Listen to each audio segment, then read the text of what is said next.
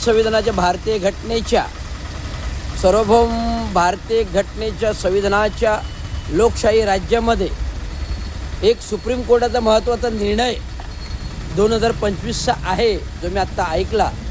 या निर्णयाअंती कुठलीही निवडणूक बिनविरोध होऊ शकत नाही. कायद्याचे, लोकशाहीचे नियम आणि घटनेचे नियम आहेत. निवडणूक निर्णय अधिकारी मुख्य यांनी घटनेच्या नियमाने नोटा हा प्रकार दिलेला आहे. नोटा ह्यापैकी कोणी उमेदवार नाही. नोटा मग नोटा हा लोकशाही मतदानाचा अधिकार झाला. म्हणजे लोकांना तुम्हाला मतदानापासून वंचित ठेवता येत नाही. लोकांना तुम्हाला मतदान हक्कापासून बेदखल करता येत नाही. तुम्हाला मतदान हा द्यावाच लागेल, तो नोटावर द्यावा लागेल. त्यामुळे हा जो काय बिनविरोध नगरसेवक आलेला आहे, त्याची कॉम्पिटिशन नोटाबरोबर होईल.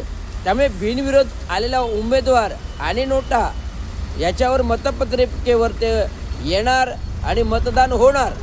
आणि मतदान नोटा आणि बिनविरोध याच्यामध्ये झाल्यामुळे जर नोटाला जास्त मतं पडली तर बिनविरोध आलेल्या उमेदवार बाद, आणि जर बिनविरोध आलेल्या उमेदवाराला जास्त मतं मिळाली तर तो निवडून येईल.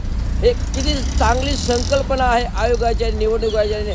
सुप्रीम कोर्टाच्या उच्च न्यायालयाची 2025 आम्ही स्वागत करतो. आणि स्वागताची कायम अंमलबजावणी, या स्वागताच्या या निर्णयाची अंमलबजावणी निवडणूक निर्णय अधिकारी मुख्य महाराष्ट्र शासन यांनी करावी. धन्यवाद. जय महाराष्ट्र.